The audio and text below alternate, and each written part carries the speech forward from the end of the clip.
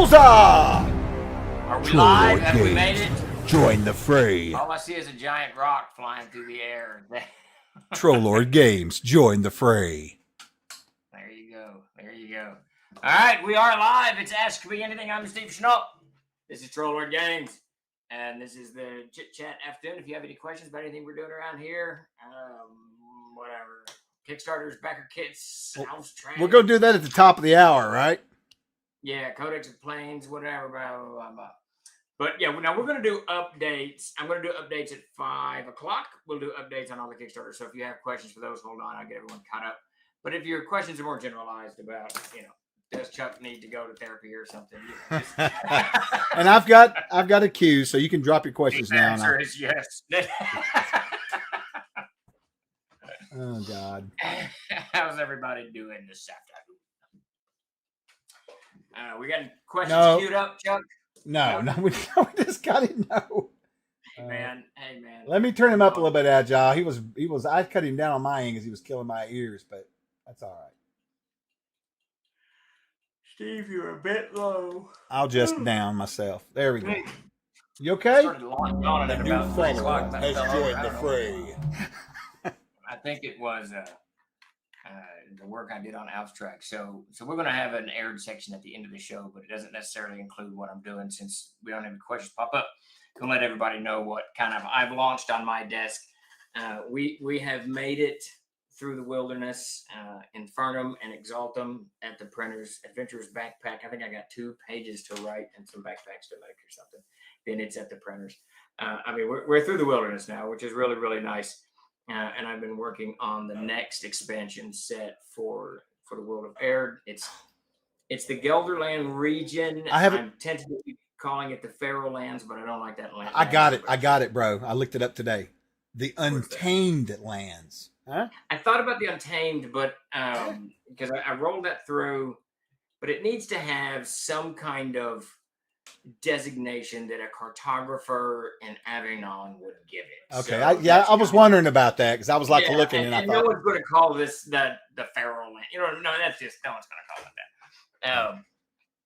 that. It is probably the most wilderness area on Ursula, but it's not the only wilderness area. So that's why the wildlands. Right. So what I'm going to do when I'm finished with the book, I'm going to figure out what trade goes through here. And kind of look, what would the cartographers, why would they find this region important? Timber is very important from the Gelderland, stuff like that. So that's kind of where I'm leaning with that next. The Wilderness Untamed. There you go. But I'll piece that together. But more importantly than that, I put the first art notes out for the Codex of the Plains. And we will put that, I guess we can put that up now, Chuck, if you want. I can send that to you. What is it? This is I put it in the group chat. Oh, yeah. The thing. I got it. Go ahead. Okay. I got it.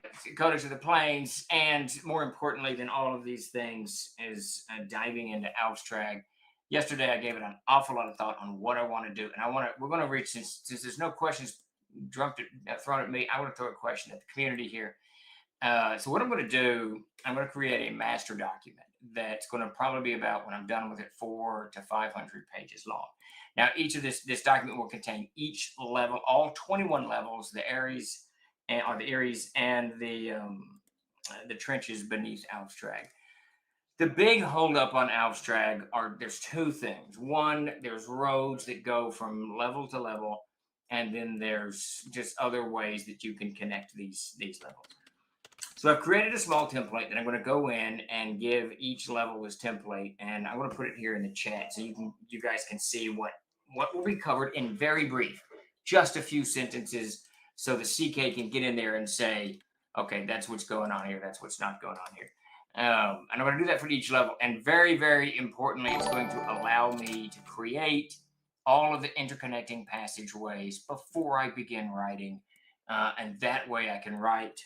When I write A18 and it connects to A27, I can make those notes even though I haven't written A27, if that makes sense. So if you can look at my I just put it there in the chat. I think I did. Maybe I didn't. I did not. Why didn't it go in the chat? What's going on? That ain't right, Chuck. It ain't right. All right, I'm going to drop this picture. It's going to drop right into the damn screen. So just be aware. Okay, no, it did go in there. It just didn't list it all out. So that's what I have in there at the moment. So if you can think of anything else I need to add to that list, do so. So Chuck has, while we're while we're pondering that, Chuck has put up the first of the pictures for the Codex of the Plains, and that is the gate abundant. That is the gate that brings you to Gahana. So if you plane shift or teleport to Gahana, you don't really go onto that plane unless you've got particular knowledge. What you do is go before the gate abundant, and that is the sketch. David North has done that. And each of the planes will be given a full page color drawing of the entrance to that plane, so that when you start playing in the planes, you'll have a good image of what's coming. So I'm super jazzed about all of that. And so it's been a very productive 2 days. Now that we're through the woods, I am able to, and everyone here at the company is able to kind of focus on getting products moving again that aren't just Infernum, Exaltum, some of these other things that have been hounding us for too long. Now, if we had any questions pop up, Chuck, while I ramble Yeah, we on? got a couple. One's AUFSTRAG related. You want to answer it now or wait till you get into AUFSTRAG proper? Go ahead and throw it up now. Okay, so the first one is from Agile Monk. Steve, you clearly got a new haircut and you're through the wilderness. So how are you and how's the team holding up? Good, I think. It's been a very, very eventful summer. All of the building, TLGs and my own loss, and manuscripts that didn't come through like we wanted them to, and just tons and tons of stuff that this summer delivered to us that we have worked through. The building is still in. We're back to square one with the building, and I'm not sure what I'm going to do at this point. Land is not going to be up for sale for another month, another week. So we'll see. I will make that. What I've kind of done is put all of non-book publishing related stuff on the back burner, so we can start getting some of these projects done and get moving again. And then once get through the wilderness, I can refocus on the building and what we got to do to do with that. But we're doing good.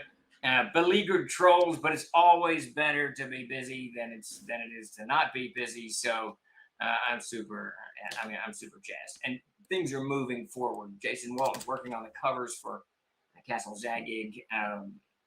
Jeremy's almost through Igsburg, and then Upper Works is next. Mike is making good progress on the Cellars, I think it's called. So it's just been a good song. So real quick, we got some questions, but I want to ask you a question about this picture before we take it down. What is this? You call this the Abundant Gate? This is called the Gate Abundance. Oh, Gate Abundance. Sorry.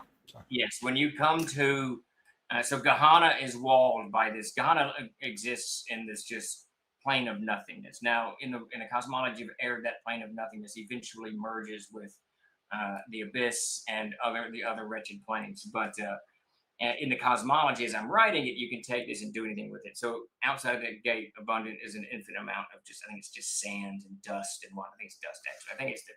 I think it's bone dust is what it actually is.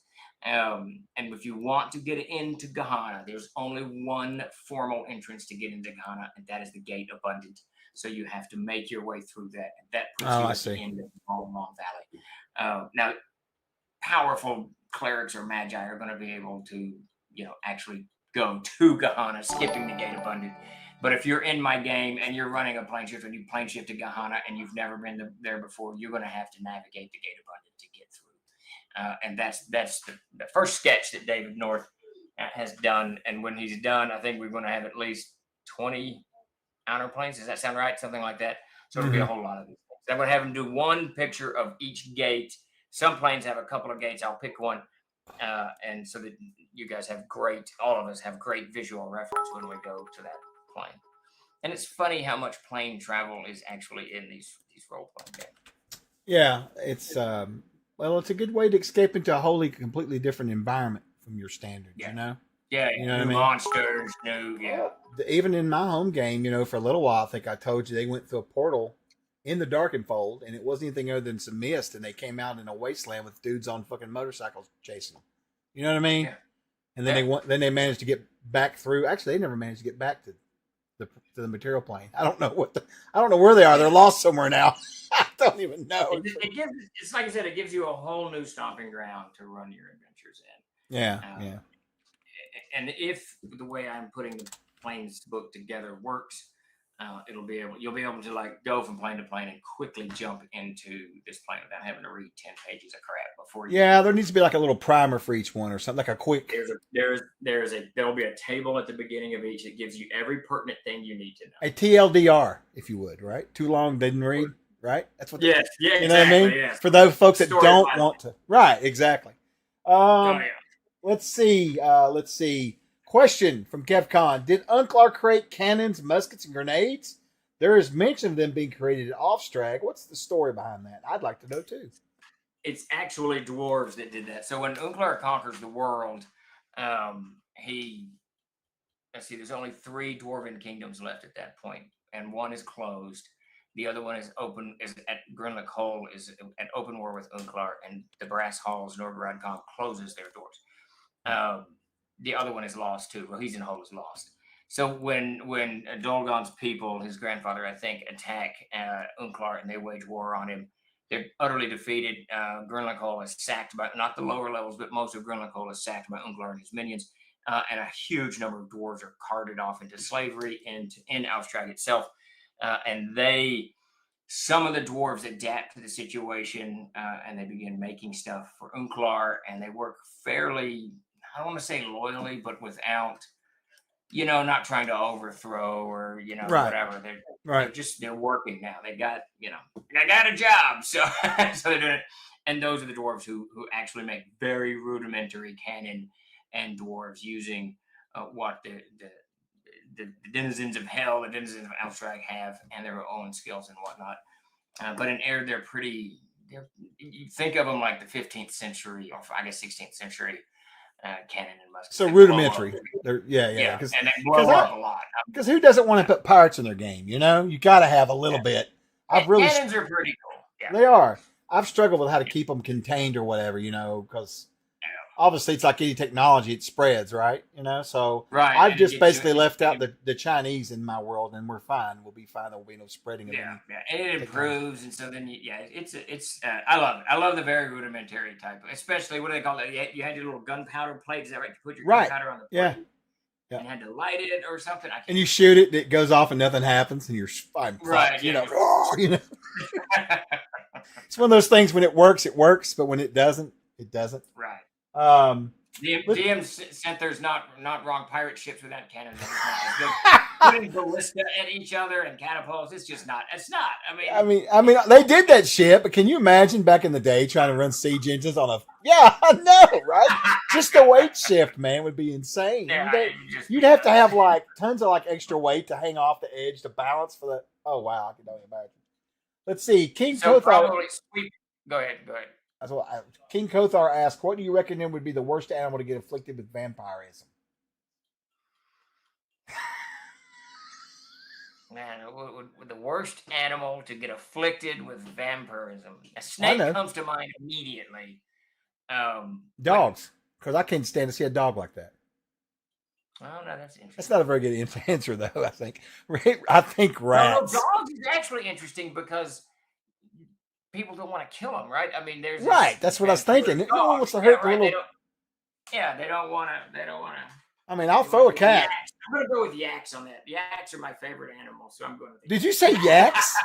YAKS? Jesus. Yes. I've never even had that thought in my mind before of a vampire yak. Yaks are awesome. That's awesome. It is awesome. Oh my God.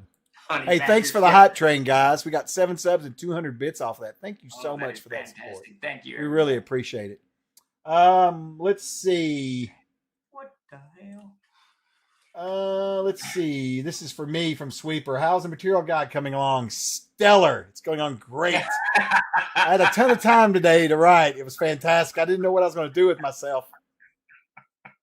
We're getting there. We're getting there. Yeah, 2 weeks. Let's see. 2 weeks. Oh, and Ultra Magna says for some upcoming con events, I'm looking at using siege engines in the CKG. Thank you for adding that in. We actually were talking about earlier today. Remember? What? I missed the question. George Ultra Magna said for some upcoming con events, I'm looking at using siege engines in the CKG. Thanks for adding that in. Remember, we were talking about that earlier. We came across all that shit in there. So yeah, there's a lot of stuff in the CKG people don't realize. There's a lot that I'd seen pieces of it, but it never occurred to me. Well, it's like that. So what happened this morning? The last little sections I have to write for Adventures Backpack is the domains, and I ask, and I'm not really up with a lot of the nomenclature that has become pervasive throughout the community. Yeah. Why, I don't know. You think I should be? I would be up with this. What? Crap, you don't know terms? You know. Ah, what an idiot. But anyway, so I asked Chuck and Jeremy, I said, "What? Can you give me a really good definition?" And both of them gave me a mountain of information. And I said, "Okay, sounds like we've already got this in the CKG, because there's fortress building in the CKG. There's, how to manage fiefs and all kinds. There's all kinds of stuff that's in the CKG. Now, it's scattered and it's not specifically written for characters. So I'm going to kind of retool it for the Adventures Backpack to make it a little bit more digestible for players. But that Castle Keeper's Guide, it needs a better index, probably about 4 times as large as it is right now. That's very cool to hear, DM Center. That is very cool to hear.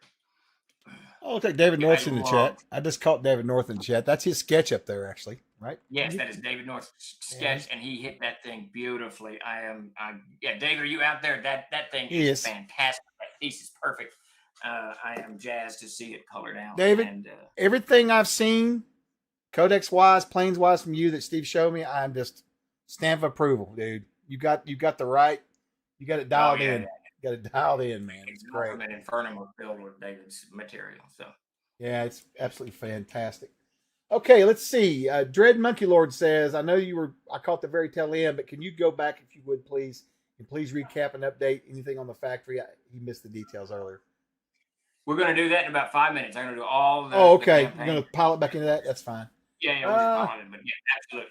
Here's an interesting question. KevCon1 asked, what was the real world myth or fantasy inspiration for Xanthi, the headed hunter from Infernum? Really cool monster. Davis wrote that, and if he were here, he would tell us. But there's no telling where he got that, the inspiration for that. But he wrote that one. I absolutely love the Xanthi. It's very cool. Davis's stuff has always got this cultural feel to it, like it's real. It's got this texture to it that I always appreciate. And one of the things about him running games, he really feels for his monsters. Like, he'll create a monster, and in his head is where this monster came from. What its relationships are. He goes all in. So, which is cool, funny but cool. In like 15 minutes, he's got like a whole 3-generation history built in. All this shit. Yeah. Meanwhile, me and you're like orcs. Yeah, just go. He hits you with a stick. Yeah, Sparky says, but he's not. There's no telling where Davis is. Even Davis doesn't know where Davis is. Davis has resurfaced and is back. He's back at his desk. So we're all happy with that. All right, let's see. Yes, Sparky, he does. Let's see. Current high. Oh, that's fine. Let's see. This is from Agile Monk. There's so much crap that Twitch puts in front of people's names. I know this is a sensitive item, but I would really like to know how Tim's wife's holding up and how the visit with her went. I'm still a bit taken aback by his loss. Yeah. She's doing fine. Kathy and I are helping her through whatever. We're all helping each other through it all. So she's doing very fine. Oh, good deal. Good deal. Let's see. Oh, you answered the one about Xanthi. That's funny that you've seen that, Kev. Yeah, that Infernum book, man. We'll talk about it. I showed it off pictures to my players, and they're already freaking out. They're like, "No." I'm like, "Yes." Yeah, I'm gonna very gently reach out to Zoe and see if she's. Oh, that'd be good. Come back. I know. I know we feel like I know, right? It's a terrible situation to be in, to be honest with you. But she's so damn talented. She's very talented. Yeah. But David North has done a fantastic job. Oh yeah. I still can't get that one out of my head. The one with the floating eyeball. What's that creature? What is that creature? Yeah, those are the Rune Lords. Those are my two favorite pieces. I think so they called them. They did the Rune Lords and the Demi Rune Lords. And the Demi Rune Lords my favorite. It's just David. You out of the park. I mean, out of the park. Yeah, it's great. I mean, oh my God. Yeah, it's good. Hey, good evening, Rick. How you doing, buddy? Let's see. Well, it's top of the hour. You want to go ahead and start rattling through? I've got a couple questions here. And when you get to what you're talking about, you can ask me and I'll relate to you. Yeah, let's do it. Okay. So what do we got going? I'm going to pop on the Kickstarter real quick because Mm-hmm. we don't go over there that much anymore, simply because we've moved everything to BackerKit. So Yeah. I think we've only got 3 active over here. Oh, we owe them an update. Okay, we'll get that out tomorrow. All right, so the oldest one we've got over there is Codex Infernum, Codex Exaltum, and the small adventure that goes with it, Tomb of the Unclean. And all the 2 Exaltum and Infernum are at the printers now. I got the impositions for the covers this morning. I'll get those laid out and back to them in the morning. So those things are moving forward. Generally speaking, it takes 4 to 5 weeks for Walsworth to get printed into us. Right. So we're anticipating shipping those out in about 4 weeks, 5 weeks, give or take. Probably not this week, but definitely the next week. Chuck is going to take care of the whole BackerKit thing and get everybody so you can finalize your pledges and take care of shipping and all that crap. So Infernum we're wrapping that sucker up. It looks like we only got 2 active over here on Kickstarter. Good deal. War Builders Archive. What did he say? Bill gave me an update today. I think this week he'll be done with Book of Names, and then on to the fantastic Adventurers Guild. So that puts us 4 in the basket, and they're going to get progressively easier after this because it's really just text after this. The layout will get easier. So I'm very happy about that, and we keep meaning to get the Canting Crew out to everybody.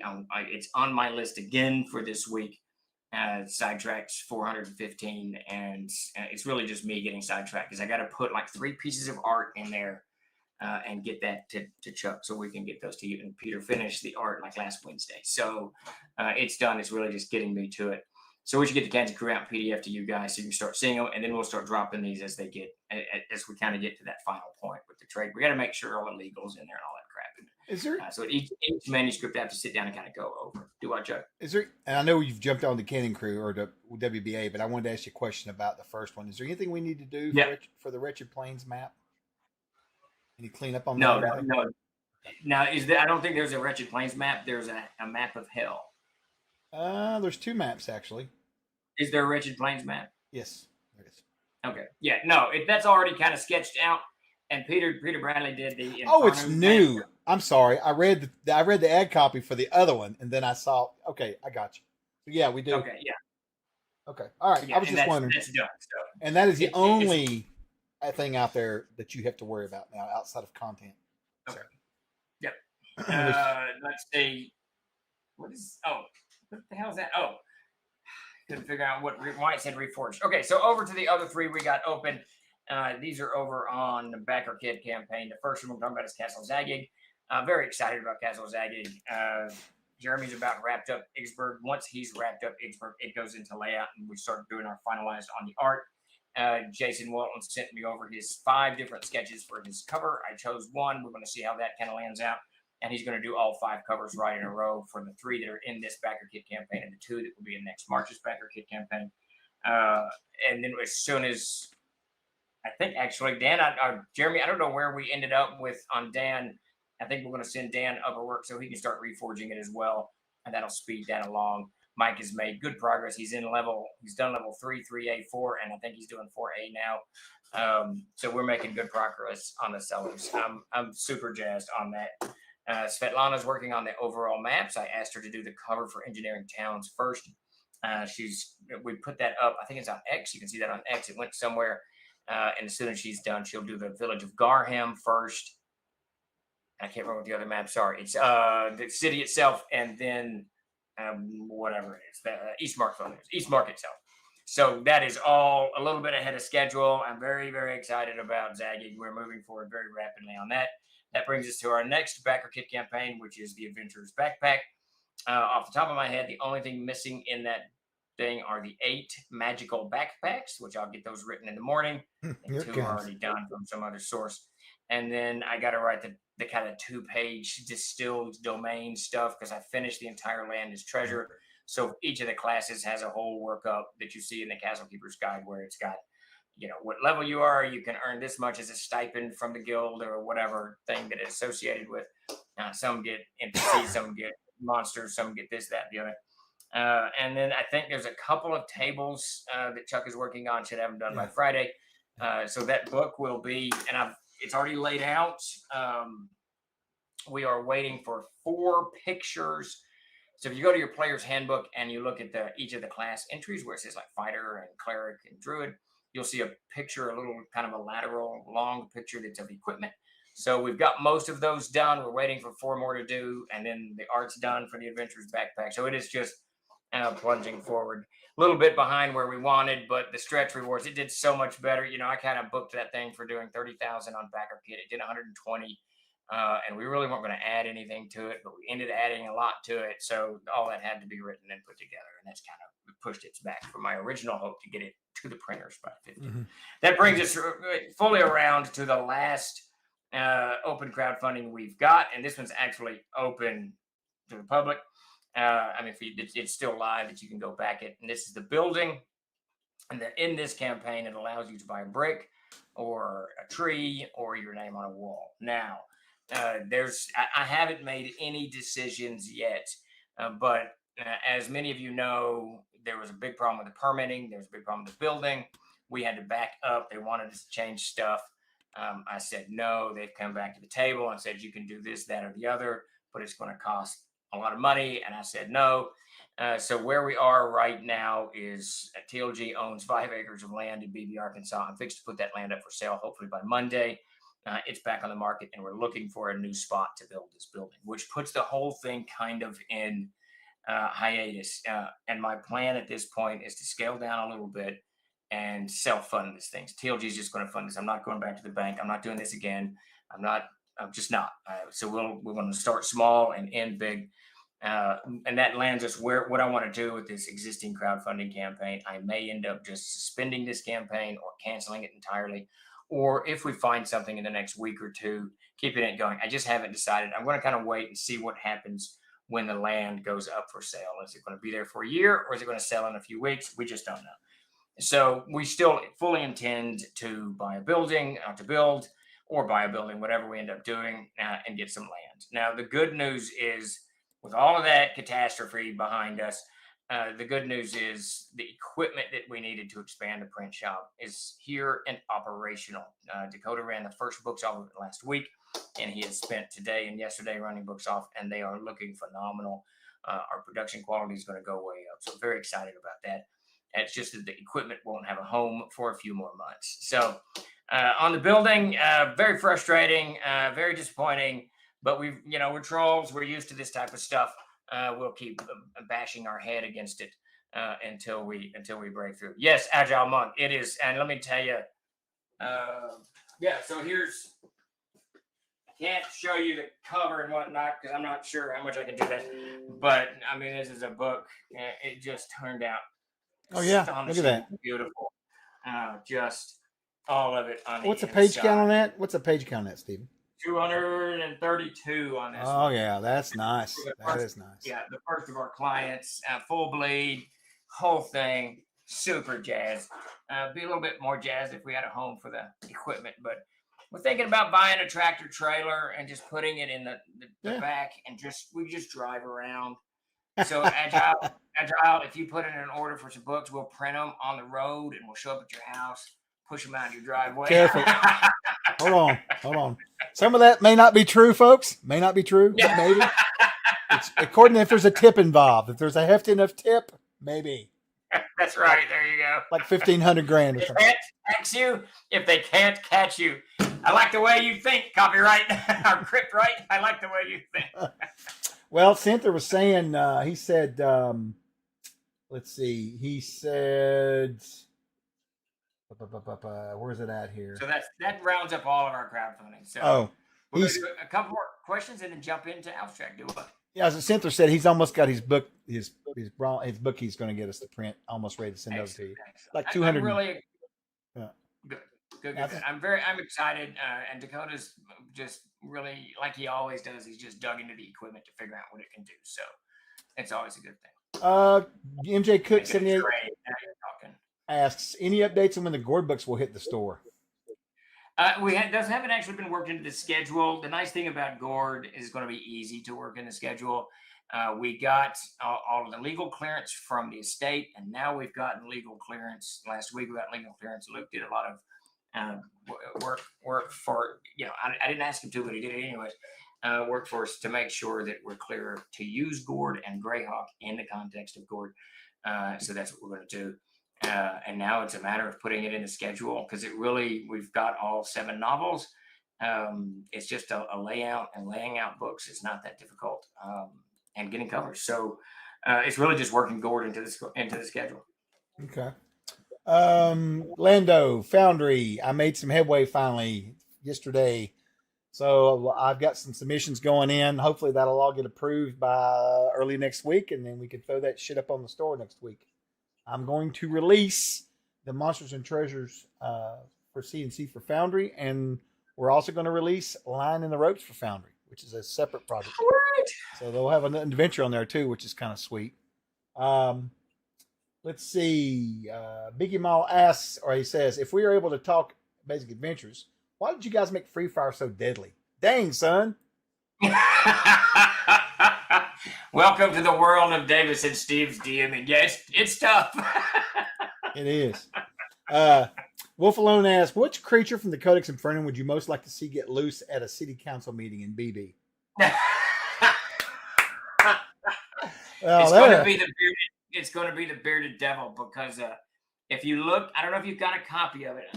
I can't show you. I'll see if I can get it to Chuck. I think this is one of my favorite pictures that is I got run it. across. I can get it up there. You got it. So the bearded devil, and what I had Zoe do when they reap a soul, when the bearded devil takes a soul, they weave it. They don't really weave it. They bolt it to their chin, so that the beard of the bearded devil is actually the souls of the damned that are in hell. Did you find it? Do I need to pull it up? What is his name besides bearded? So I don't know. No. It's bearded devil. I'm pretty sure. Oh, devil. Hold on. Sorry. Not demon. I was in demons. My bad. Oh yeah, I got it right here. This guy. Yeah. So a few council members. I probably shouldn't say all that, but that would be awesome. That would be wild, and that's one of my favorites. I see that someone asked about this backpack, and yes, indeed, this is the backpack. Can you see that? Castles and Crusades. This is the backpack that was shipped with your Adventures backpack. And they are in stock, ready to go. And so is the Philium. Got one around somewhere with my 40th speeding ticket that I picked up the other day. Thanks to a county sheriff. And then this little, you can't see that, can you? There you go. Castles and Crusades, the little Philium. So really, it's just getting this book to the printers and making that happen, which is I am jazzed up to do. Right? All right, let's bring this guy up here and show him off real quick. Thank you, Kevin Flynn. Kevin Flynn Sarcades. Did I say that right? I thought this was Flying Saucer for a minute. I got all kind of confused. I got tons of UFO books all over the place. There he is. There's the nice fella that's going to the council meeting. Yes, absolutely. I don't know if you can zoom in on that, but if you zoom in on it, those are souls hanging from his beard or hanging from his chin, bolted to his chin. I tell you what. All right, I think that is all the questions for now. We're going to switch over and get into Aired for just a little bit. Yep. So let me switch this up a little bit here. Get this all straightened up. And all right. There you go. So today, because it is evermost on my mind, the last couple of days, really the last couple of weeks, but AUFSTRAG. So I want to talk a little bit about AUFSTRAG so people know what it is. I want to do a quick skinny of it, and if you have any questions, throw them out as we wind down the chat. But August AUFSTRAG, there you go. AUFSTRAG is hell on earth, literally. It is a tower. So you've got the world of Aired. It's about the recorded history is roughly 12,000 years, 13,000 years. The last millennia of that, the last 1,000 years of that, Aired was controlled. The entire world was controlled by Unklar, the horned god. He was summoned from the Undeeps, came to the world, conquered it, froze it in ice, the long winter, the long centuries, the winter dark is what it's called. And Unklar is the horned devil. He is a lawful evil creature who sees the world. He believes that he is the only one who knows the true motivation and the true vision of the All-Father. And only Unklar can make the world as the All-Father truly wanted it to be. So Unclar sees himself as the good in this. Clearly, he's not. He's lawful and he's evil. And his evil comes out in everything from hunting halflings to elves and just the sheer destruction he brought to every civilization in the world of Earth. Now, to rule over his planet, to rule over his kingdom, he created AUFSTRAG. AUFSTRAG was built upon the ancient cities of the god emperors of Aliosh, very powerful humans. And AUFSTRAG stands about 3,000 feet tall. It is vaguely shaped like a tree. So it's about 3,000 feet tall, 1,500 feet wide. And at the top of it are three large kind of nubs that look like the branches of a dead tree. And he did this to mock Mordias's tree, or the Allfather's tree that grows out in the distant west that Mordias used to people the earth with all kinds of flora. The or fauna. Was it fauna? No, it's flora. It's fauna. It's flora. Good God. Anyways, so AUFSTRAG is massive, 3,000 feet high, 1,500 feet wide, 21 levels. Then the Ares, and then the trenches underneath it. The trenches are roughly 8 levels of just nightmarish death down there. Anyone who was banished from AUFSTRAG was driven into the trenches. They're to make their own worlds. So there's good, there's bad, there's evil, there's all kinds of stuff, and it's constantly collapsing. What I ran a few games in the trenches, and it was always in my mind kind of like the worst of World War I, where just these never-ending catacombs of creatures just constantly fighting each other. The trenches is actually where the Winter Dark Wars began. It's where Chris's character Dolgon, he was working as a slave under Unclar's command. He fled that into the trenches and gathered a bunch of minions and began fighting Unclar's forces. And so the Winter Dark Wars actually began in the trenches. So AUFSTRAG itself, 21 levels. Once the Winter Dark Wars begin, these are the wars that the forces of good wage against Unclar, drive him from the plane, liberating the plane. So in the Codex of Erid, it's 60 years later, a little bit over 60 years later after the Winter Dark Wars, and Unclar's driven from the plane, and AUFSTRAG is partially abandoned. AUFSTRAG, for the lack of a better, and it is literally hell on earth, hell in Erid. It was where, the devil Unclar lived. It's where they tortured, ate, feasted upon the innocent, all of these things. So this massive, huge complex. Did you put the picture up? Yeah, so the picture there, you can see the wyverns flying around it. This massive, huge complex is just hell. I've written the first 5 levels of this. I've got 16 left to do, and in the areas and in the trenches, I've written portions of the 6th level, and now I am organizing myself to begin writing the whole thing as we move forward. So, if you have any questions, that's Unclar. I see that Chuck's put up a picture of Unclar there. And I've got a map. I threw the map up too of where AUFSTRAG's located. Okay. Yeah. So AUFSTRAG is a region and a city, and you can see the city is at the cusp of those 2 rivers. What do you call that? Where 2 rivers come together? The word escapes me. Whatever word that is. A confluence. The confluence of those rivers. Yes.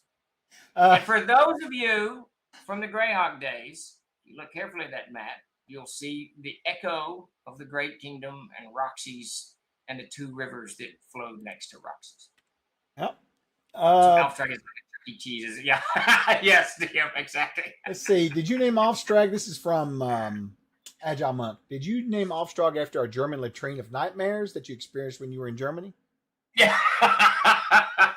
Most of my latrine nightmares were in the army for sure, but the German latrines aren't too bad. Yeah. Too much better. Let's see. Chuck E. Cheese is like, I hadn't eaten there in a year, but man, when I took my kids to Chuck E. Cheese, I could not eat the pizza. It was so gross. It was just. Have you ever heard that Chuck E. Cheese hail song? I'm sure you've heard it. Yes. Yeah. Okay. It's so good. It's so right, though. It's so right. Yeah. Tomcat Dad says, how long did the Winter Dark Wars go on in years? Actual years. The Winter Dark Wars lasts for 19 years. And in game time, in actual game time, we ended them in 2006 and began them in 1994, I think. So we began in like 94, ended them in 2006. But and in game time, it's about 19 years. Yeah. Okay. Andre Granda asks, does AUFSTRAG or Unclar have supporters or spies and new Enoch? Oh my. Yeah, so the cool thing about AUFSTRAG, if you dive into it, if you start playing in the thing, so Unclar rules the world for 1,000 years, and he's a brutal dictator. One of his chief lieutenants is Coburg the Undying. Now, Coburg's story is interesting. When Unclar was first conquering the plane, there was a baron. His name, I think, is Cool. I can't remember the guy's name. I can't remember the baron's name. But he attacks. He gathers this great army, and he attacks Unclar. He goes into AUFSTRAG. He fights up to the 3rd level, and he terrifies Unclar because this guy is so ferocious. But Coburg, one of this baron's fiefmen, liegemen, stabs the baron in the back and murders him most mercilessly. So Unclar curses and blesses Coburg with everlasting life. So it's called Coburg the Undying. But he's a coward. He's terrified of death. He's terrified of everything. He doesn't like to fight. He murdered his master, the whole 9 yards. So he becomes Unclar's kind of whipping boy for 1,000 years. He's just horribly maligned and mistreated. Then there's other minions. Nectanebo is the priest, the high priestess. There's the last of the Nectanebos was Nectanebo the 18th. They're always named the same thing. So 18 of these priestesses ruled for 1,000 years. I think Nectanebo the 19th is in AUFSTRAG in a greatly diminished fashion, if I recall, in one of the levels. But and then there's Nulok. His Trigal is his name. His chief wisdoms, his chief lieutenant in the Mogrel, and then the Captain Kings. There's 7 Captain Kings, I think. Amun was one. Mammon was another. But most of these, some Trigal is, some are very loyal to Unclar, some are not. So Coburg, he rules 2 of the levels in AUFSTRAG right now. He remained after Unclar was driven away, gathered what minions he could, and he rules the 21st and I think the 20th level. No, the 19th and the 20th level, or parts of the 20th and most of the 19th. But he does everything he can to keep Unclar from returning. There's a whole movement, the Paths of Umbra, who are always trying to find the Horn of Unclar to summon the god back and bring back the Winter Dark. But Coburg is doing everything he possibly can to both stop them and stop powers of good from achieving that. So very few of, I mean, the wall of minions that Unclar commanded are not there helping Unclar. Some of them are, some of them aren't. And they're all fighting amongst each other. So it's chaos in the upper echelons of law and evil. Got any more questions floating up? I think, let me look here and see here. I was looking at something else in here. You answered that one there. I think there we go. Question 3 from Tomcat Dad. Mongrel were. Sorry? It's 3 Mongrel were slain in those 19 years. Were those by players or NPCs? They were all by players. I only remember 2 though. I'm gonna have to dig up what the 3rd one was. And those were some brutal fights because the Mongrel. Oh, I love the Mongrel. That's one of my favorites because you instantly fool the players instantly, and they go down a whole different road of what they think they're fighting and what they really are. Yeah. I love it so much. Yeah. And the Mongrel are very loyal to Unclar. They were made of his flesh, so they are extremely loyal to Unclar. But they're not motivated to do things. They're not really wizards or priests or any of that stuff. They're just these horrific, monstrosities that occupy. And there's only a couple left in AUFSTRAG. The rest are scattered. They're Right. We need to start wrapping it up. I'll do this last question. And if you want to get in the raffle, jump in the raffle. But do what, Chuck? Oh yeah, we don't have a raffle tonight, but I did think of something we'll talk about. We'll talk about in a minute. Players, some asked question. Did you guys like my White Claw Elemental? I think I made a whole book of drink-related elemental creatures. I don't think I saw that, but I need to. That sounds pretty awesome. Oh, I was going to ask you a question. I saw that snippet of Aiden. Where was he at? That crazy full boy. It's crazy. Yeah, he flew out to Hawaii with his buddy or his girlfriend or whoever she was. And was out there for a week, and he did. I guess was he snorkeling? No, he was scuba diving. Because he's got the whole. Yeah, thing. I owe him a beer for that, man. That was awesome. Yeah, and he was wearing a Castles and Crusades T-shirt. That was cool. That was hilarious, man. That was hilarious. So one last thing before we do take off, we didn't talk about one thing. What's coming up for us? It recently was coming up on the near clock. Yes. let's see. Let me get that file up. Oh, let me get that intro shut off and get Mr. Where did that thing go? Why did that go off my thingy? So what you're going to see next, we're going to take another week off from new releases, just because it was too much. It's so many new releases. So, but next week on the 10th, not next week, but a week and a half from now, you're going to see The Pestilent.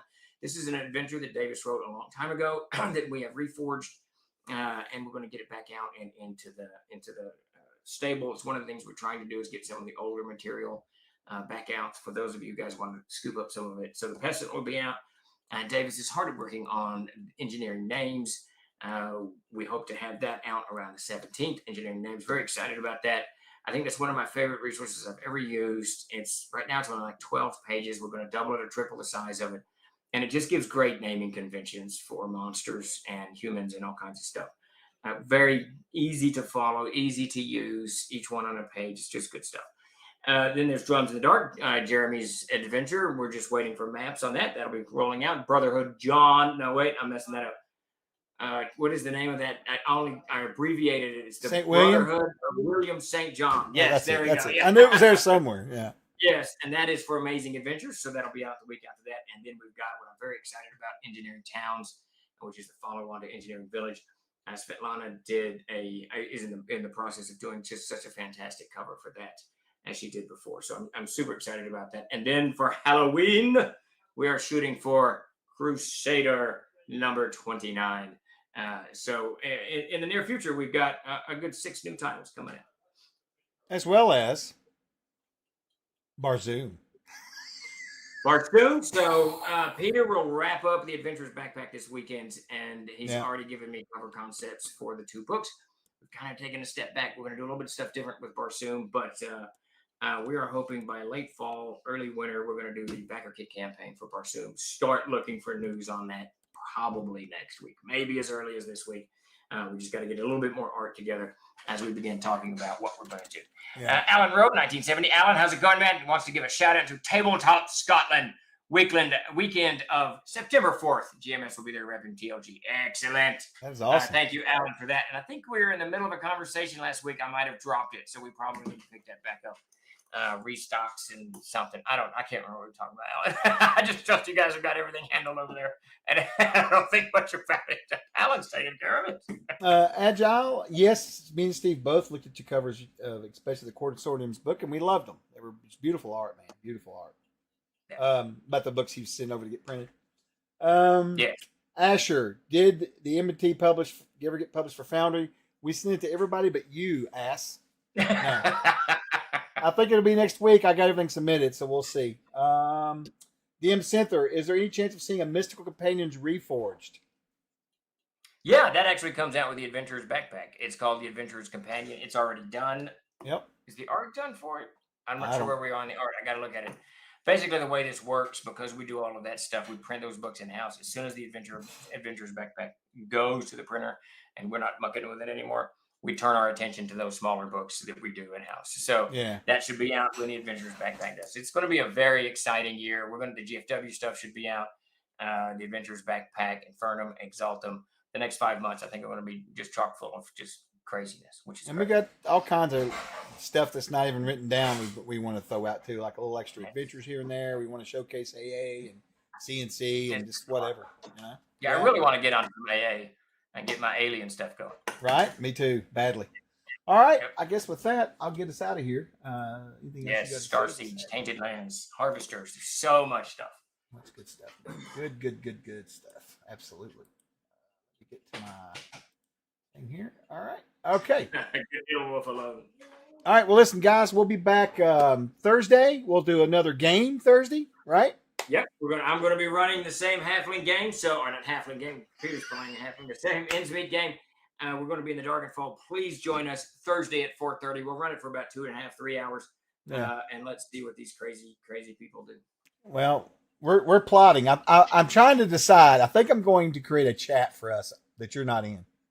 So we can really just fuck your day up. How you like that? That is a great. I think you should 100% do that. All right. Well, listen. Thank you, everybody, for coming out and seeing us. We really appreciate it. We will catch you back Thursday then, and then I'll be on Friday, and so on and so forth. We may have some other surprises this week. We're working on some stuff, but we'll get back. Take it easy, everybody. Thanks for showing up. Yep. Have a good evening. Thank you so much, everyone. Trolls Eye!